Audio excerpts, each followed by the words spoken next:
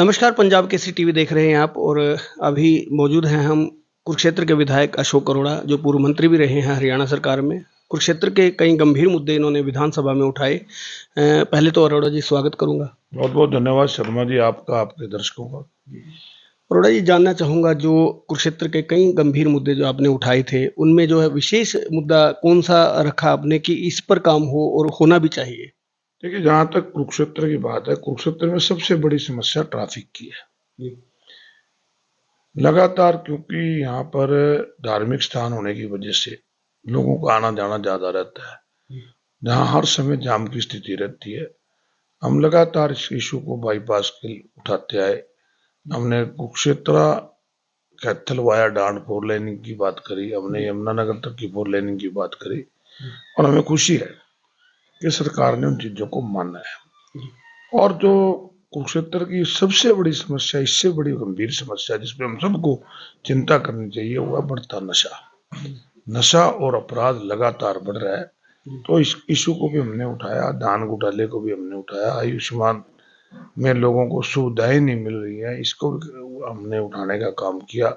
और कुरुक्षेत्र के जैसे हमने अमीन की CSC बने, अमीन रोड को चौड़ा कर दिया जाए, ट्रैफिक को देखते हुए खिड़ीराम नगर का बाईपास बनना चाहिए।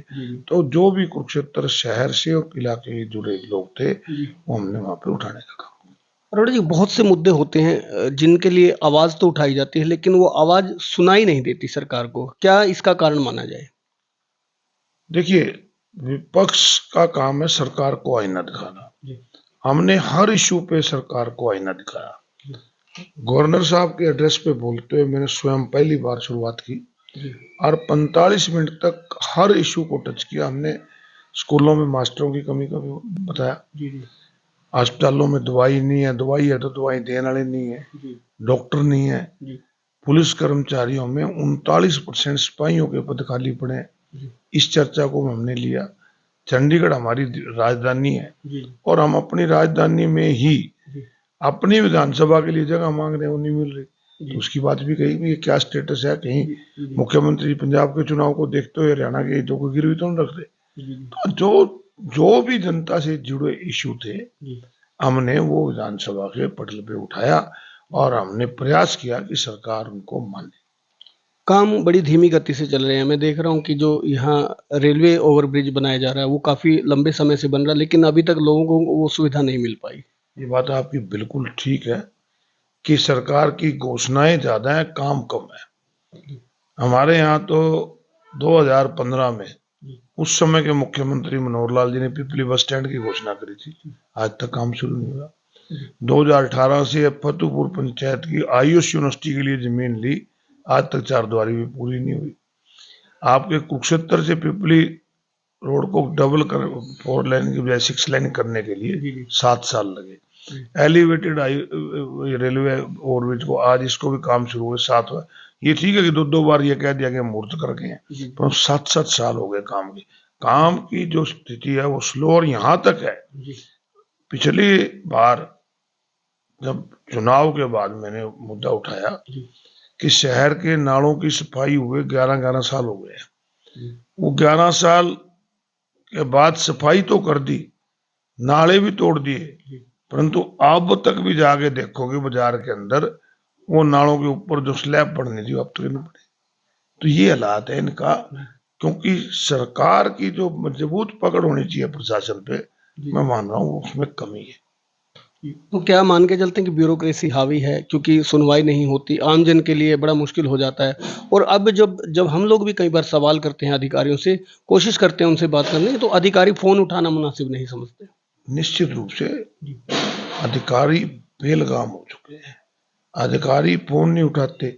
और मैं मानता हूं कि जब सरकार केवल पार्टी का पक्ष लेने लग जाए, सरकार जब प्रोटोकॉल को भूल जाए, सरकार जो डेमोक्रेसी का मायना भूल जाए, तो निश्चित रूप से अधिकारी बेलगाम हो जाते हैं। तो अभी जो जो मौजूदा सिनेरियो है सरकार का कि सुनवाई नहीं होती, आमजन तो बेचारा उसकी तो बहुत मुश्किल सुनवाई होती है, या होती है तो एक सामान्य स्तर पर आधार कार्ड में चेंज हो गया, ये छोटी-मोटी बातें जो है ये हो जाती हैं।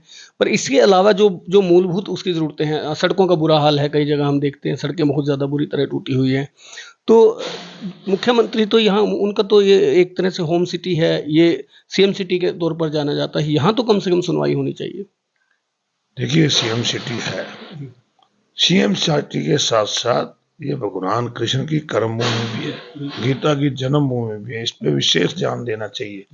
परंतु जो फीलिंग मुख्यमंत्री की है वो शायद मुख्यमंत्री जी की तो आ रही है, परंतु यहाँ के इलाके के लोगों को अभी तक वो फीलिंग नहीं आई सीएम सिटी वाली। हम उम्मीद रखते हैं कि आने वाले दिनों में मुख्यमंत्री जी, जो कुरुक्षेत्र के लोग चाहते हैं कि हमारा भी शहर जो पहले मुख्यमंत्री बने हैं उनकी तरह बने, तो मुझे उम्मीद है कि आएगी, हम लड़के भी ले आएंगे और हमारा अधिकार भी है क्योंकि सीएम यहाँ से।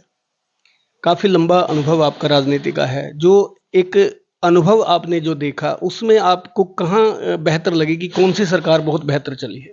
अपने अपने समय में सब ने काम किया है, मैं किसी को क्रिटिसाइज नहीं करूंगा, परंतु जो अब हाल है ना वो इसलिए हाल बुरा है कि आम जन को इंसाफ नहीं मिल रहा है। आज ब्यूरोक्रेट्स पूरी तरह से हावी है, घोटाले लगातार हो रहे हैं। आप देखो ना कितना बड़ा धान घोटाला हुआ, शराब घोटाला हुआ, स्टैंप ड्यूटी घोटाला हुआ, और अब बैंक के देख लो, पहले आईडीएफसी बैंक का हुआ, अब ये महिंद्रा कोटक का हो गया।